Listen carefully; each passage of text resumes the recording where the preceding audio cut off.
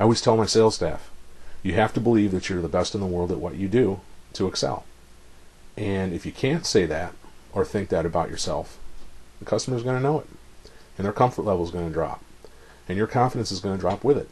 So what you need to do then is you need to study, learn, practice until you can believe that you're the best in the world at what you do. Am I the best? I'm not going to say it. But there are days I think it, or among the best, as I like to say, among the best in the world of what we do.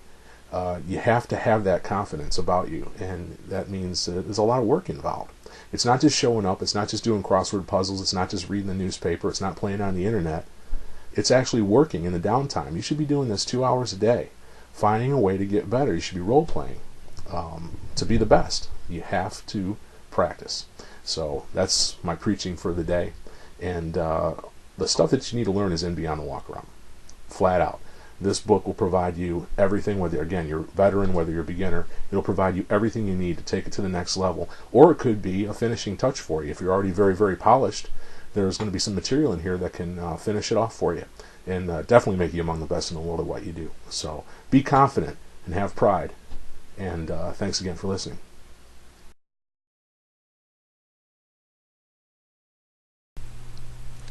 One thing I have never been is one of those overhyped, overly enthusiastic, big, wide power handshake guys. It's not necessary. I don't know, again, where that all came from, where that training came from. I remember being in a class 15, 20 years ago, probably 20, where they actually taught you to hang on to the customer's hand until they gave you a name. I mean, I can't think of a more ridiculous tactic than that. But there are so many more of them out there that have to be totally disregarded. But I think they're going away. I think the business is evolving. You don't need to run around the showroom with your arms waving like an idiot. You don't have to do a lot of these things to build the excitement, to build the enthusiasm, and to have an active showroom that people thought you had to do. I've been in showrooms filled with professionals where you can feel the excitement buzzing. You can feel everything happening. You can feel the car deals being made. And nobody's acting foolish. And it's a relatively calm but active environment. And that's what we want to accomplish. We want to make everybody comfortable. We want to be confident. We want to be able to close as many car deals as we possibly can. And we want to do it without turning anybody off or putting anybody off. So remember, professionalism is huge.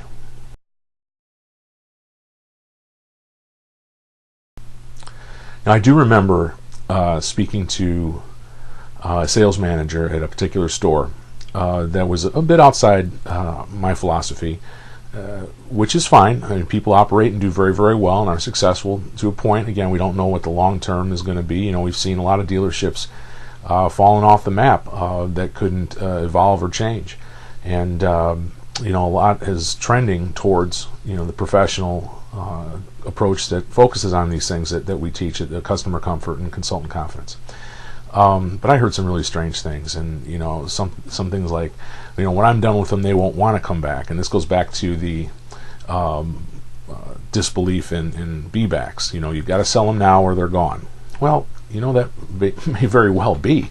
There's a lot of things that can cost us car deals. There's a lot of things that lose business for us. But the fact of the matter is that beating somebody down to the point where they don't want to come back does a number of different things for you. Loses them forever, most likely, but they get to tell everybody else about the experience that you've had, or that they've had. And I can't think of anything more short-sighted than beating a customer down. Now, here's a neat thing. Now, a lot of people like to do it this way. They like to keep a customer there longer than they tend to be there, or they want to be there. And let's think about that for a minute. Keeping a customer longer than they want to be there. Well, whose job is it to keep the customer engaged, to keep them excited, to make them want to be in your store and do business with you? All right, it's yours and it's ours. And if we don't accomplish that, or if the timing isn't right, what we can do then is keep somebody there past the point where they want to be, create a high level of discomfort, and the chances of them coming back are relatively slim. And again, the experience and the feeling that you leave with them. Now, you say, well, we might have sold them a car. Well, great. So what happens if you go ahead and force somebody into a vehicle they don't really want because you quote, I sold them a car. Well, guess what? You're not the only one that's ever sold cars before, and you're not the only one that's going to sell a car again. And we're going to do it the professional way, the courteous way, the proper way, to ensure that these people come back or give you another opportunity, to ensure that they tell everybody that you're the best thing since sliced bread, that you're the one to buy a car from. And this is the way it's going to be, because if you force that person into a car and they decide they don't like it and they feel they were pressured into that car, who are they going to blame every time they write that check to the bank? Right, it's going to be you. And furthermore, when they take it to another dealership, because they won't bring it back to you, and they lose thousands of dollars on that, who are they going to blame? You bet, it's you. And guess what? You did more than just sell them a car. You kind of screwed them, didn't you?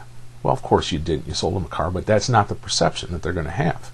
So you have to be very, very careful with these things and understand the big picture. We want to build our business bit by bit, create contacts, get more and more contacts, build your following. This is how you sell a bunch of cars. And these are the things that we're going to focus on. But you know what? To be that overly enthused person, to fake anything like that, don't do that. People can see right through it, makes them uncomfortable, they're going to go away and they're not going to come back. So please remember that. And if you have any questions, it is rob@hamiltonsalestraining.com, and we'd love to hear from you. Take care. Bye.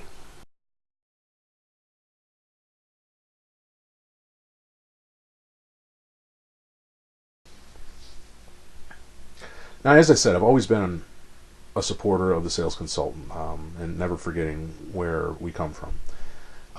But that being said, we do have to understand exactly how far that goes.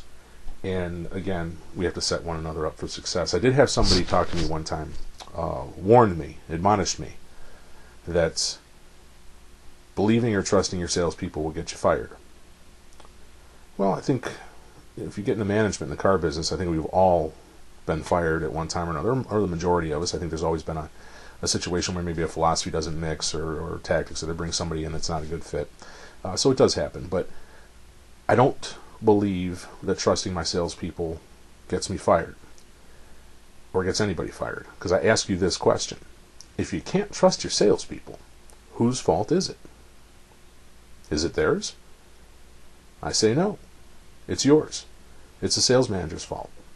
And you have to provide the sales consultants with the information they need, the material they need, the training they need, the practice they need, the support they need to maximize their confidence level and maximize their ability to set you up for success. This isn't rocket science. But it's kind of newer school. This is not the same type of thing where you're demanding, just bring them in, you're just a gopher, just bring them into me and I'll take care of them, I'll close them. If you want to really make an impact in your marketplace and really get the volume up with the gross, you have to create highly trained, highly motivated individuals out there. Be on the walk around to help you do that, give you all the material you need. But it's all up to you too. But the salespeople, you have to be able to trust them. And to be able to trust them, they have to be skilled. And if they're not skilled, it's your fault, not theirs. So this is for the sales managers, gang. I'm talking to them too. So as a sales consultant, when you're on this website, if you see this, and they bring up that I don't trust you or you can't trust salespeople, well, you might want to be careful before you say, hey, that's your fault, buddy. But the fact of the matter is that it is. So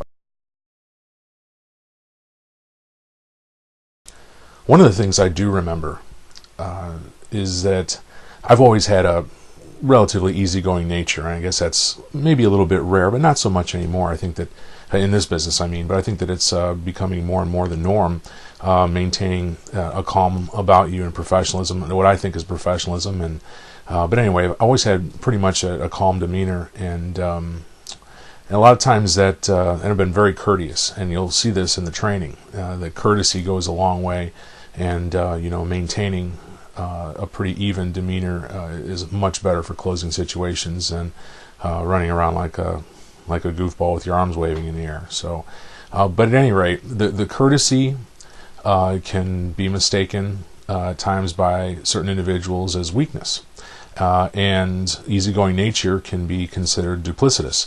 But one of the things that we get as we grow is a little bit wiser, a little bit more able, if we've studied, if we've paid attention, if we've taken notes, if we've learned how to deal with all different types of people. And it really does come down to courtesy and in being good-natured. And that, I think, lends more than anything to the positive comfort level that we're trying to create. And that's the type of environment you want to sell in, because that's the type of environment that produces the most results.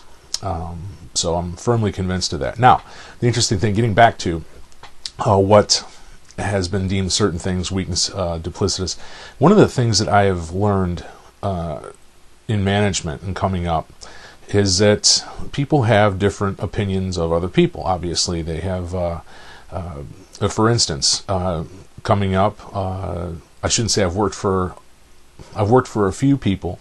I question their competency level. I'm not going to call them idiots or anything like that, but the thing is that I've worked for what I deem to be a few of these folks, and I know other people have made mention of that.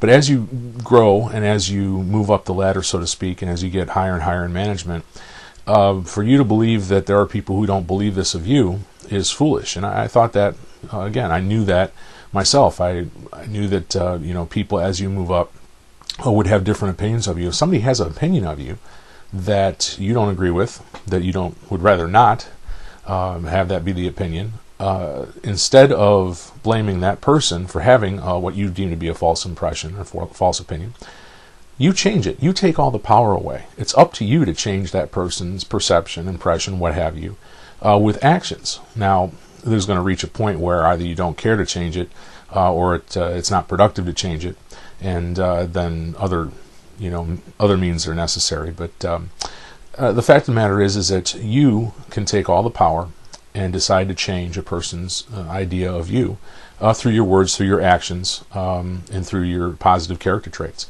And this is one of the things that I have learned. So if you see somebody, or if you work for somebody you're not really sure about, keep in mind that they have the power to change that. And you may be wrong. You may be wrong. You may be right. But again, moving up into management as you do, please keep these things in mind and have humility.